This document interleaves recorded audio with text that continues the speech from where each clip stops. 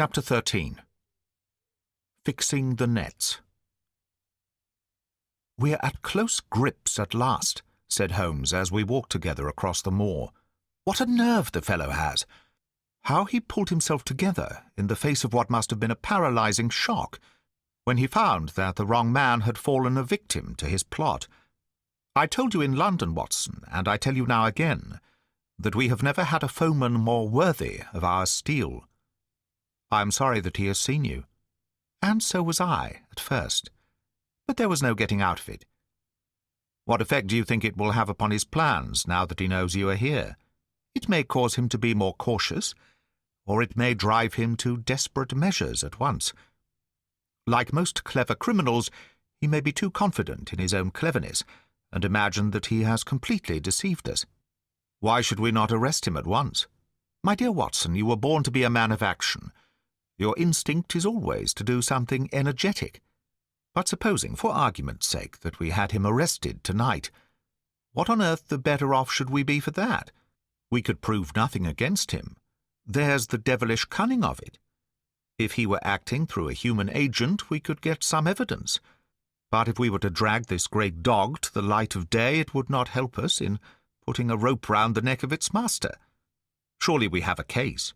Not a shadow of one, only surmise and conjecture. We should be laughed out of court if we came with such a story and such evidence. There is Sir Charles's death, found dead without a mark upon him. You and I know that he died of sheer fright, and we also know what frightened him, but how are we to get 12 stolid jurymen to know it? What signs are there of a hound? Where are the marks of its fangs? Of course we know that a hound does not bite a dead body, and that Sir Charles was dead before ever the brute overtook him. But we have to prove all this, and we are not in a position to do it. Well then, tonight? We are not much better off tonight. Again, there was no direct connection between the hound and the man's death. We never saw the hound. We heard it, but we could not prove that it was running upon this man's trail. There is a complete absence of motive. No, my dear fellow, we must reconcile ourselves to the fact that we have no case at present, and that it is worth our while to run any risk in order to establish one. And how do you propose to do so? I have great hopes of what Mrs. Laura Lyons may do for us when the position of affairs is made clear to her, and I have my own plan as well. Sufficient for tomorrow is the evil thereof, but I hope before the day is past to have the upper hand at last." I could draw nothing further from him, and he walked, lost in thought, as far as the Baskerville gates. "Are you coming up?" "Yes, I see no reason for further concealment. But one last word, Watson. Say nothing of the hound to Sir Henry. Let him think that Selden's death was as Stapleton would have us believe. He will have a better nerve for the ordeal which he will have to undergo tomorrow, when he is engaged, if I remember your report aright, to dine with these people. And so am I. Then you must excuse yourself, and he must go alone. That will be easily arranged. And now, if we are too late for dinner, I think that we are both ready for our suppers." Sir Henry was more pleased than surprised to see Sherlock Holmes, for he had for some days been expecting that recent events would bring him down from London. He did raise his eyebrows, however, when he found that my friend had neither any luggage nor any explanations for its absence. Between us we soon supplied his wants, and then, over a belated supper, we explained to the baronet as much of our experience as it seemed desirable that he should know. But first I had the unpleasant duty of breaking the news to Barrymore and his wife. To him it may have been an unmitigated relief, but she wept bitterly in her apron. To all the world he was a man of violence, half animal and half demon, but to her he always remained the little wilful boy of her own girlhood, the child who had clung to her hand. Evil indeed is the man who has not one woman to mourn him.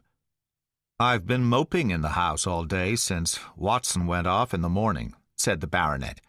"I guess I should have some credit, for I've kept my promise.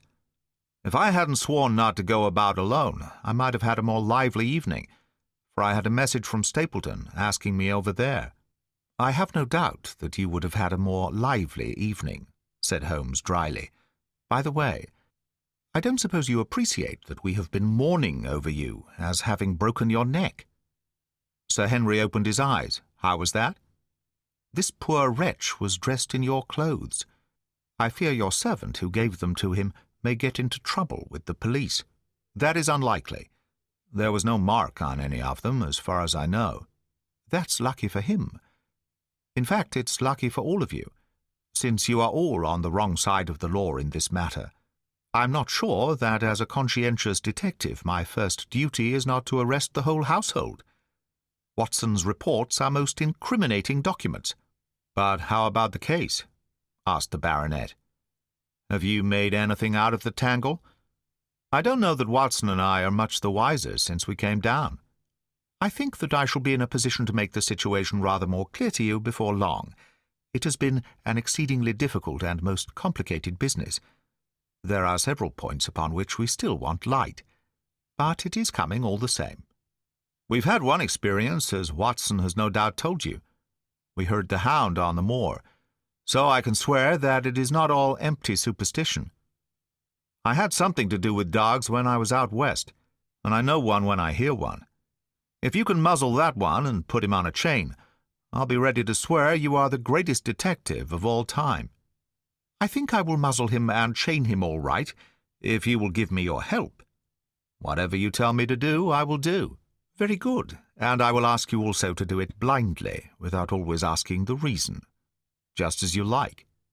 "If you will do this, I think the chances are that our little problem will soon be solved. I have no doubt—" He stopped suddenly and stared fixedly up over my head into the air.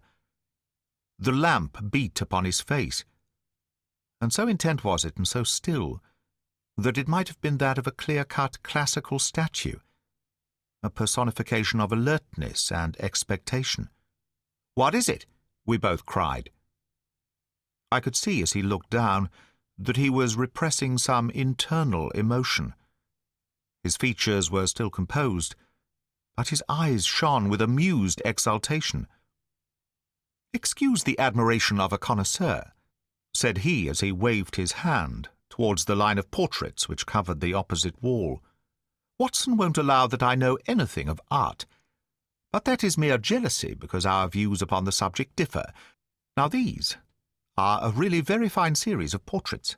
"Well, I'm glad to hear you say so," said Sir Henry, glancing with some surprise at my friend. "I don't pretend to know much about these things, and I'd be a better judge of a horse or a steer than of a picture. I didn't know that you found time for such things." "I know what is good when I see it, and I see it now. That's a Nella, I'll swear, that lady in the blue silk over yonder, and the stout gentleman with the wig ought to be a Reynolds. They are all family portraits, I presume." "Every one."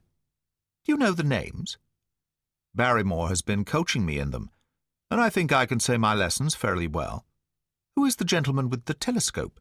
"That is Rear Admiral Baskerville, who served under Rodney in the West Indies. The man with the blue coat and the roll of paper is Sir William Baskerville, who was chairman of committees of the House of Commons under Pitt." "And this cavalier opposite to me, the one with the black velvet and the lace?" "Ah, you have a right to know about him. That is the cause of all the mischief, the wicked Hugo, who started the Hound of the Baskervilles. We're not likely to forget him." I gazed with interest and some surprise upon the portrait. "Dear me," said Holmes, "he seems a quiet, meek-mannered man enough, but I dare say that there was a lurking devil in his eyes. I had pictured him as a more robust and ruffianly person." "There's no doubt about the authenticity, for the name and the date, 1647, are on the back of the canvas." Holmes said little more, but the picture of the old roisterer seemed to have a fascination for him, and his eyes were continually fixed upon it during supper. It was not until later, when Sir Henry had gone to his room, that I was able to follow the trend of his thoughts. He led me back into the banqueting hall, his bedroom candle in his hand, and he held it up against the time-stained portrait on the wall. "Do you see anything there?"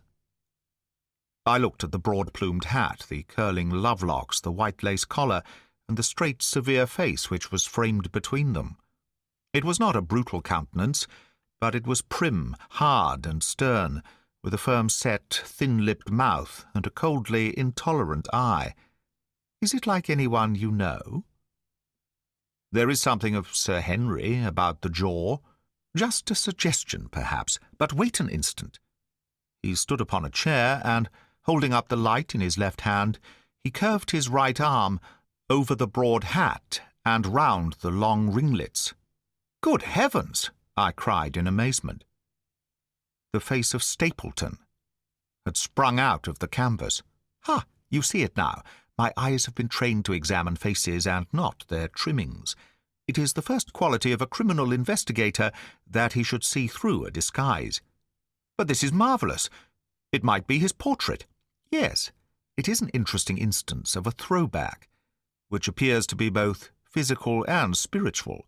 A study of family portraits is enough to convert a man to the doctrine of reincarnation. The fellow is a Baskerville, that is evident. With designs upon the succession. Exactly. This chance of the picture has supplied us with one of our most obvious missing links. We have him, Watson, we have him. And I dare swear that before tomorrow night he will be fluttering in our net, as helpless as one of his own butterflies. A pin, a cork, and a card, and we add him to the Baker Street collection." He burst into one of his rare fits of laughter as he turned away from the picture. I have not heard him laugh often, and it has always boded ill to somebody. I was up betimes in the morning, but Holmes was afoot earlier still, for I saw him as I dressed coming up the drive.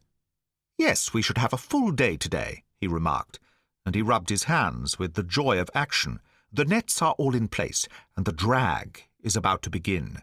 We'll know before the day is out whether we have caught our big, lean-jawed pike, or whether he has got through the meshes.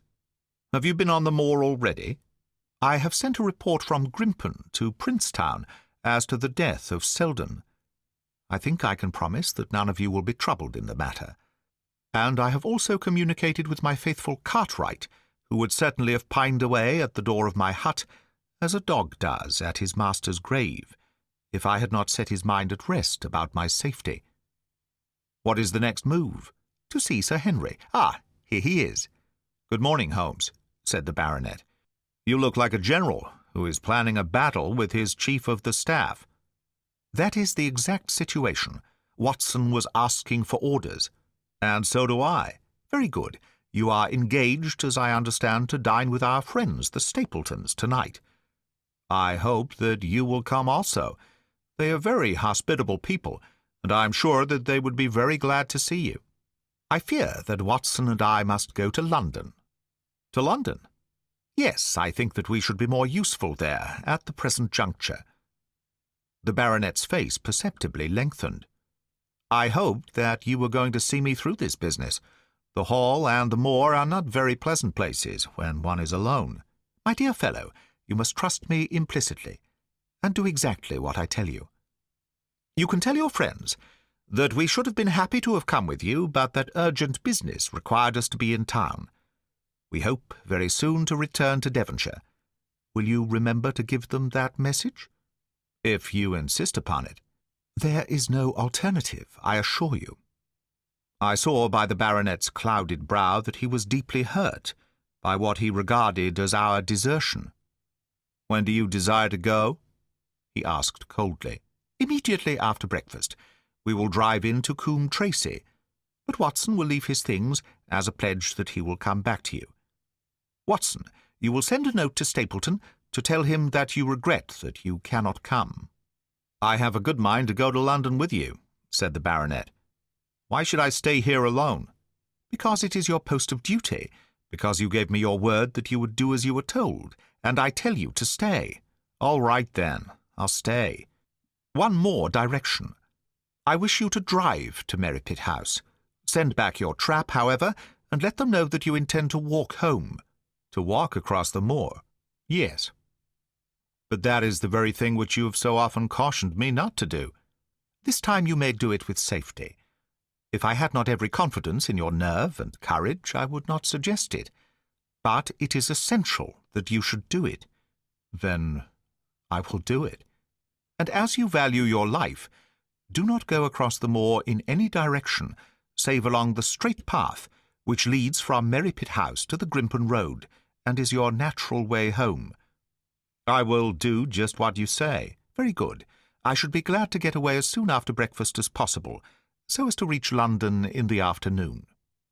I was very much astounded by this programme, though I remembered that Holmes had said to Stapleton on the night before that his visit would terminate next day. It had not crossed my mind, however, that he would wish me to go with him. Nor could I understand how we could both be absent at a moment which he himself declared to be critical. There was nothing for it, however, but implicit obedience.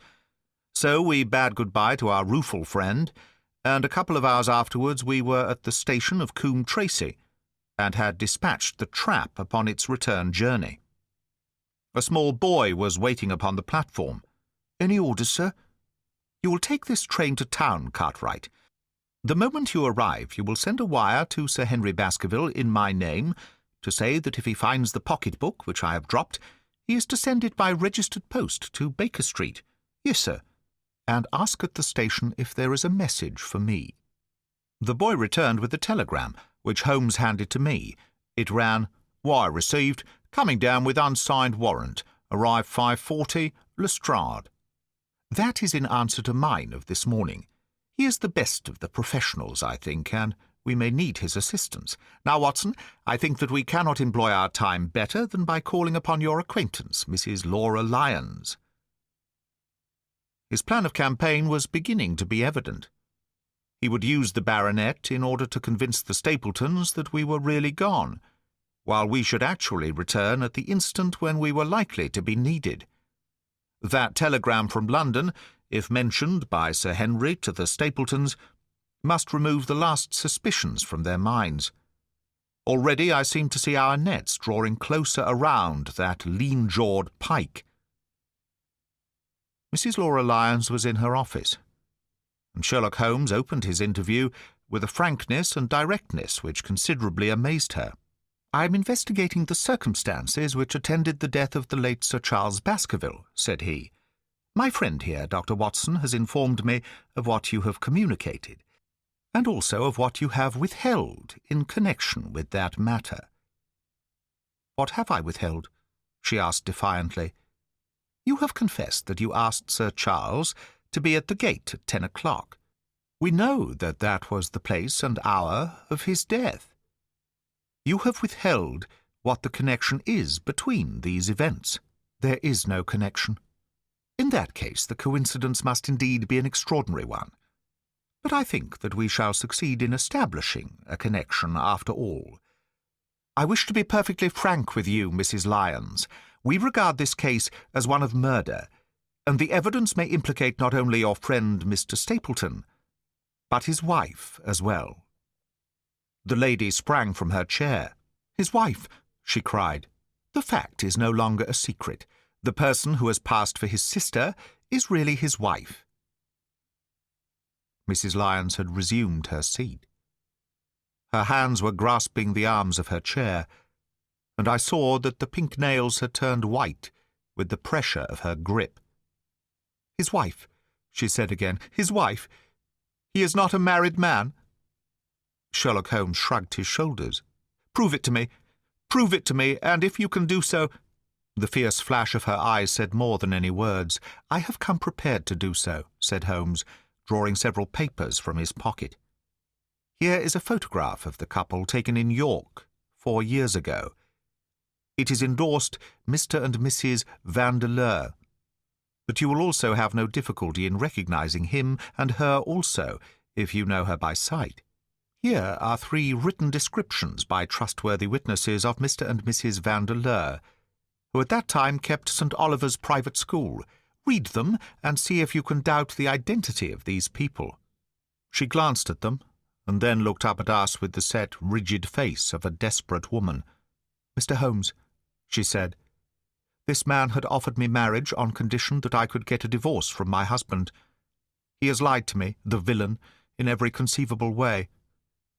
Not one word of truth has he ever told me. And why? Why? I imagined that all was for my own sake. But now I see that I was never anything but a tool in his hands. Why should I preserve faith with him, who never kept any with me? Why should I try to shield him from the consequences of his own wicked acts? Ask me what you like, and there is nothing which I shall hold back. One thing I swear to you, and that is that when I wrote the letter, I never dreamed of any harm to the old gentleman, who had been my kindest friend." "I entirely believe you, madam," said Sherlock Holmes. "The recital of these events must be very painful to you, and perhaps it will make it easier if I tell you what occurred. And you can check me if I make any material mistake. The sending of this letter was suggested to you by Stapleton? He dictated it. I presume that the reason he gave was that you would receive help from Sir Charles for legal expenses connected with your divorce?" "Exactly. And then, after you had sent the letter, he dissuaded you from keeping the appointment. He told me that it would hurt his self-respect, that any other man should find the money for such an object, and that though he was a poor man himself, he would devote his last penny to removing the obstacles which divided us. He appears to be a very consistent character. And then you heard nothing until you read the reports of the death in the paper?" "No." "And he made you swear to say nothing about your appointment with Sir Charles?" "He did. He said that the death was a very mysterious one, and that I should certainly be suspected if the facts came out. He frightened me into remaining silent." "Quite so. But you had your suspicions?" She hesitated and looked down. "I knew him," she said. "But if he had kept faith with me, I should always have done so with him. I think that on the whole you have had a fortunate escape," said Sherlock Holmes.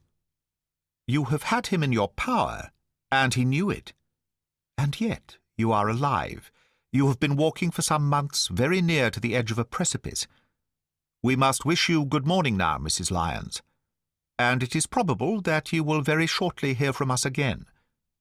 Our case becomes rounded off, and difficulty after difficulty thins away in front of us," said Holmes, as we stood waiting for the arrival of the express from town. "I shall soon be in the position of being able to put into a single connected narrative one of the most singular and sensational crimes of modern times. Students of criminology will remember the analogous incidents in Godno, in Little Russia, in the year 66. And, of course, there are the Anderson murders in North Carolina. But this case possesses some features which are entirely its own. Even now we have no clear case against this very wily man, but I shall be very much surprised if it is not clear enough before we go to bed this night." The London express came roaring into the station, and a small, wiry bulldog of a man had sprung from a first-class carriage. We all three shook hands, and I saw at once, from the reverential way in which Lestrade gazed at my companion, that he had learned a good deal since the days when they had first worked together. I could well remember the scorn which the theories of the reasoner used then to excite in the practical man. "Anything good?" he asked. "The biggest thing for years," said Holmes. "We have 2 hours before we need to think of starting.